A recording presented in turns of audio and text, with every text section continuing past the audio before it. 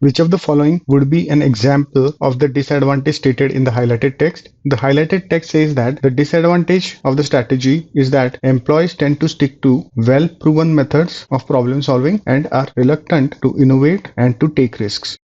So we need an example which states that an employee is trying to stick to well-proven methods and is reluctant to innovate and to take risks. Let's look at the answer choices. Answer choice A. In this example, the employee is trying to implement a new scheme. So it can be inferred that the employee is trying to go beyond well-proven methods and is willing to take risks and to innovate.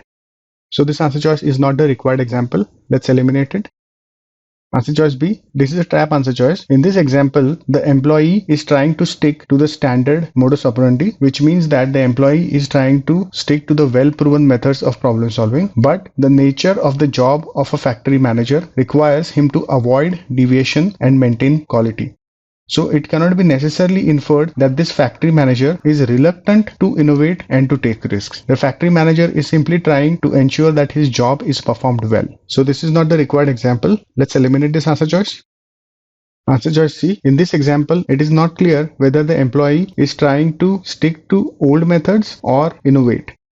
So it cannot be established that this employee is reluctant to innovate and to take risks. So let's eliminate this answer choice.